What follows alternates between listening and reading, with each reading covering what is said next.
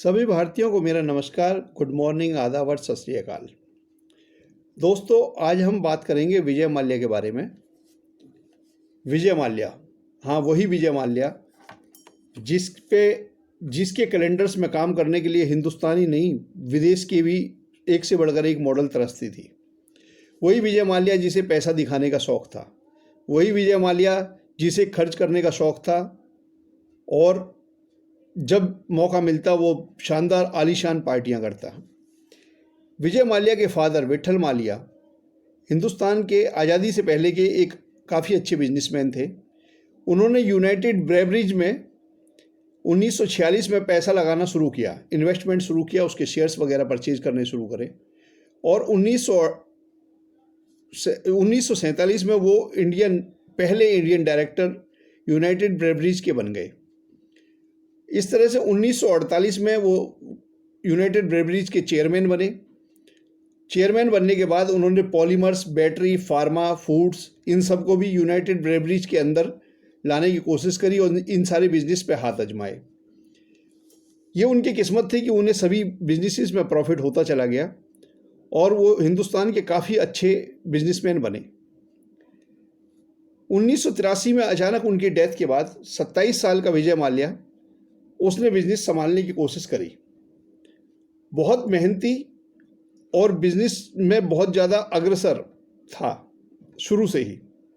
United breweries group में काम करने के बाद उसने इंजीनियरिंग, न्यूज़पेपर्स, केमिकल्स, इन सभी में हाथ आजमाए।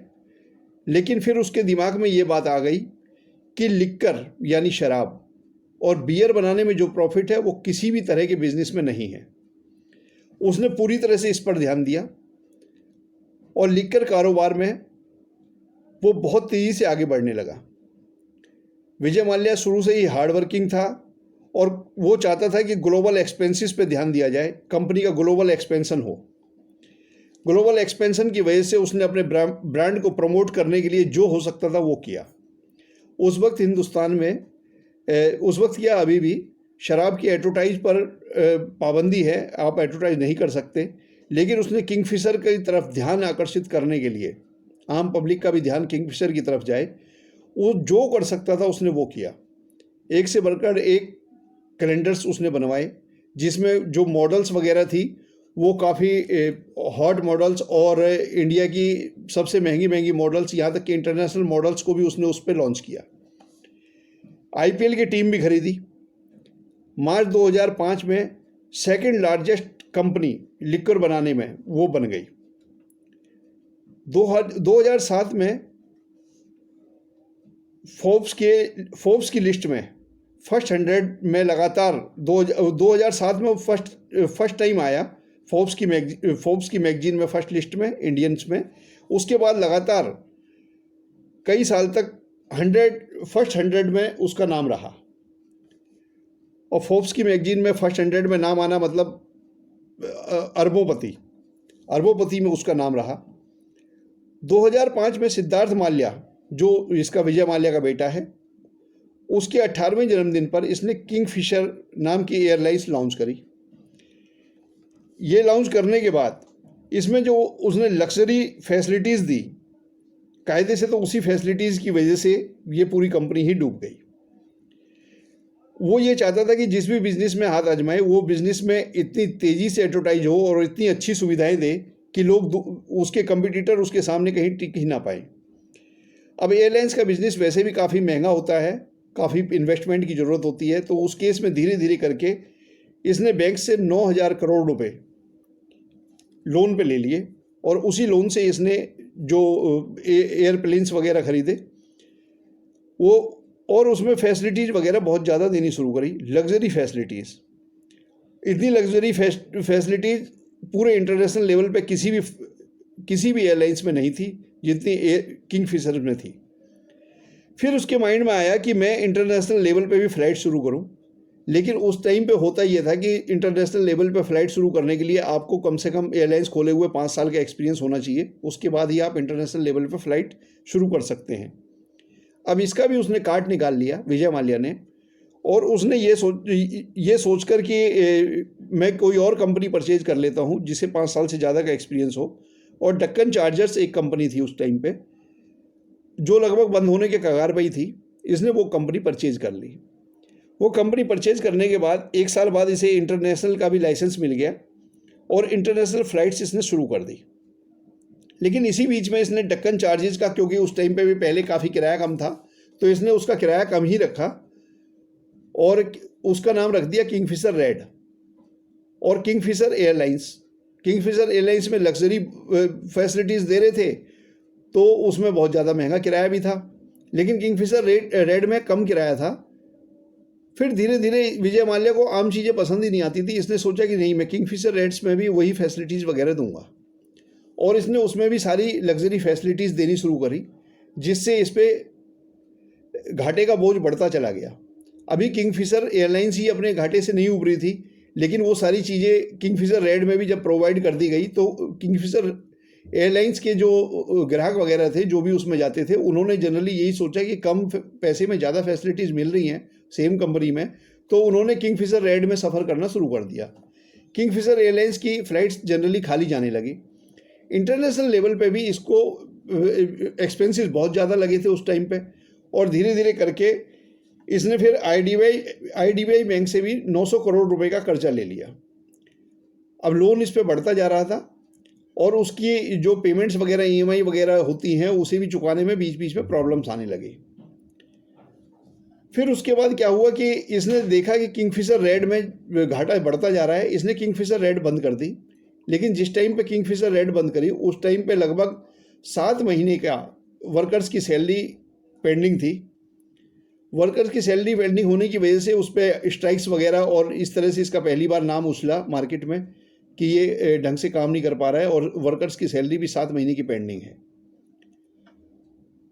लोगों का गुस्सा इस वजह से भी ज़्यादा था कि जिस टाइम पे ये सैलरी के लिए हड़ताल कर रहे थे, उस टाइम पे ये मॉडल्स के ऑडिशंस ले रहा था और बहुत मोटा एक्सपेंसेस कर रहा था।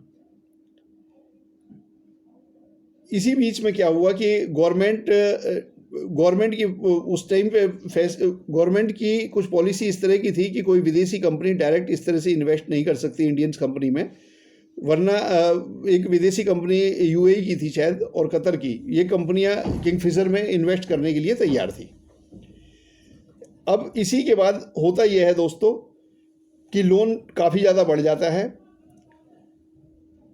और कुछ लोन इसने अपनी पर्सनल प्रॉपर्टी पे भी लिया था और पर्सनल गारंटी देकर भी लिया था, जो लगभग 1500 करोड़ का था।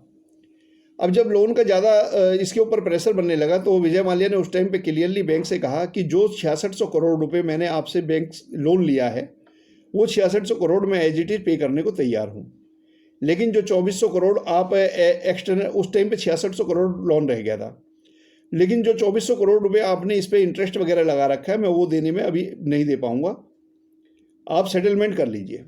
सेटलमेंट के लिए तैयार था, लेकिन सेटलमेंट के लिए बैंक नहीं माने। इसी बीच में खींचतान कुल मिला के बैंक्स के साथ भी जो बढ़ी, और जो किंगफिशर का नाम बदनाम हो रहा था, इसकी वजह से इसका लाइसेंस गवर्नमेंट ने रद्द कर दिया। अब इंटरनेशनल, ये इसकी किस्मत थी कि इंटरनेशनल फ्लाइट जैसे शुरू करी, उस टाइम पे क्रूड ऑयल के भी बहुत तेज़ी से दाम बढ़े और लगभग 140 रुपये पर बैरल के हिसाब से दाम हो गए, जिसकी वजह से भी इसकी कंपनीज को काफ़ी ज़्यादा नुकसान हुआ। उसके बाद जब बैंक्स ने इसके सेटलमेंट की स्कीम नहीं मानी, तो मार्च 2016 में ये भागकर ब्रिटेन चला गया और तब से आया नहीं। आज के टाइम में इसके ऊपर जो कर्जा है और कर्जदार हैं, सारे बैंक्स वगैरह, वो भी बदनाम हो चुके हैं और बैंक्स का बकाया के लिए काफ़ी परेशान हो रहे हैं। भारत सरकार ने भी इसे भगोड़ा घोषित कर दिया है, लेकिन देखा जाए तो एक टाइम पे ये बहुत अच्छा बिजनेसमैन था। इसने अपनी तरफ से सब कुछ करने की कोशिश करी, काफ़ी गवर्नमेंट को टैक्सेस वगैरह भी टाइमली पे करे थे। अब ये इसकी किस्मत ख़राब थी, या किंगफिशर में जो इसने ये घुसा, इसने एयरलाइंस जो शुरू करी, एयरलाइंस का बिजनेस इसे पूरी तरह से बर्बाद कर गया। हालांकि अभी भी इंटरनेशनल लेवल पर ये चीज़ें आई हैं। उसका कहना यह है कि मैं आज भी बैंक्स ने जो मेरे को लोन दिया है, मैं पूरा लोन एज इट इज़ देने को तैयार हूँ। हालांकि भारत सरकार ने इंडिया में जो इसकी प्रॉपर्टीज़ वगैरह थी और फैक्ट्रीज वगैरह थी, वो सारी सीज़ कर दी हैं और ये बैंक के लोन देने को भी तैयार है। लेकिन इसका कहना यही है कि जो एक्सटर्नल मेरे पे जो जैसे ईएमआई की फ़ॉल्ट होता है और उस पर एक्सटर्नल चार्जेस लग जाते हैं और जो इंटरेस्ट वगैरह का पैसा है वो छोड़ दो तो मैं पूरी तरह से देने को तैयार हूँ, ये सेटलमेंट करने को तैयार है और इंडिया आने को भी तैयार है। लेकिन मोदी सरकार का कहना यह है कि हमें तुमसे एक एक पाई चाहिए, और लंदन में इस पर केस चल रहा है, ब्रिटेन में, वो केस का देखते हैं अब क्या फैसला होता है। लेकिन भारत सरकार इसे इंडिया लाने की तैयारी अपनी तरफ से पूरी कर चुकी है। तो दोस्तों ये भी होता है कि एक अच्छा खासा बिजनेसमैन का लड़का और खुद भी काफ़ी कामयाब आदमी, जिसने बहुत मेहनत करी, बाकी सभी जगह उसने हाथ आजमाए, और अचानक एक बिजनेस में इस तरह से कूदा कि उस बिजनेस की वजह से एक ही काम उसने ऐसा किया जिसकी वजह से वो बर्बाद हो गया। हालांकि हम बर्बाद भी नहीं कह सकते, आम आदमी के मुकाबले में तो उसके पास अभी भी अरबों खरबों हैं, क्योंकि अगला आदमी आज भी तैयार है 6600 करोड़ रुपए देने के लिए। तो दोस्तों यही था आज का, और मैं आप लोगों से ये प्रार्थना करता हूँ इस टाइम पे कि प्लीज़ आप लोग हमारे चैनल को ज़्यादा से ज़्यादा सब्सक्राइब करें, और कई लोगों के पास वो नहीं आ पा रहे हैं इसके टाइमली मैसेजेस, तो आप कृपया बेल आइकन का बटन ज़रूर दबाएं। चैनल सब्सक्राइब करने के साथ बेल आइकन का बटन दबा के रखोगे तो आपको टाइमली सारे मैसेजेस वगैरह मिलते रहेंगे, और हमारी सारी ज्ञानवर्धक वीडियो, और किस तरह से हिंदुस्तान में किस किस आदमी ने फ्रॉड किया और आम आदमी उन फ्रॉड से कैसे बच सकता है, भारत सरकार का कैसे कैसे लोगों ने नाजायज़ फ़ायदा उठाया। इसके अलावा हमारी राजनीतिक जो चीज़ें हैं और ऐतिहासिक जो चीज़ें हैं, हमारे जो कानून हैं, उनके बारे में भी हम आपको टाइम टू टाइम अच्छी सलाह देते रहते हैं, और पूरी ज्ञानवर्धक चीज़ें हमारे इन चैनल्स में होती हैं। तो कृपया हमारे चैनल को ज़्यादा से ज़्यादा लाइक और सब्सक्राइब करें। Thank you.